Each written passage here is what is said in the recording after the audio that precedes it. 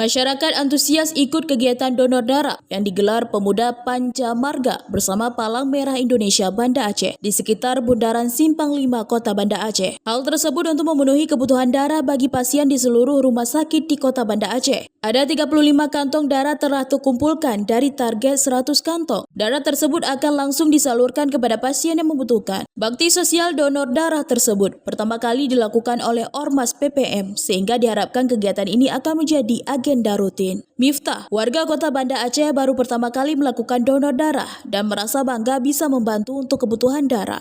Pernah mencoba, pengen aja sih, tapi kemarin kan nggak bisa nih, jadi hari ini mencoba lagi nih untuk setetes darah kita untuk orang lain.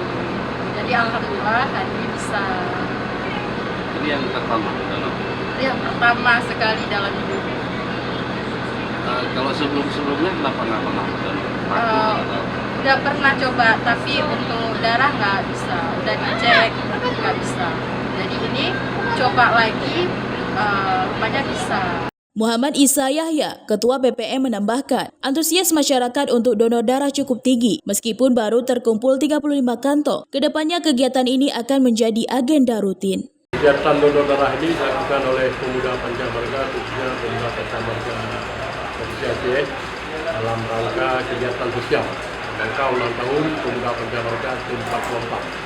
Jadi bekerja sama dengan PMI. Kemudian ada instansi lain yaitu membantu supaya donatur dalam pelaksanaan acara ini. Itu perlu termasuk antusias karena ini baru kali pertama Pemuda Panca Marga melakukan hal tersebut. Nah, insya Allah kalau memang ada waktu, ada kesempatan lakukan kita, sehingga nanti kita lakukan secara periodik, apakah 3 bulan sekali atau 6 bulan sekali. Sudah terkumpul sekitar 32 kantong. Itu masih berlanjut karena belum selesai.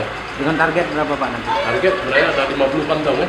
Dari 100 undangan. Dari 100 undangan 50 yang kita pastikan. Tapi yang sudah berjalan 32 kantong. Donor darah yang dilakukan PPM bersama PMI ini untuk menutupi kebutuhan darah di Banda Aceh yang mencapai 150 hingga 200 kantong per hari. Setidaknya darah tersebut akan langsung disalurkan kepada pasien yang membutuhkan. Dari Kota Banda Aceh, tim liputan melaporkan untuk Puja TV.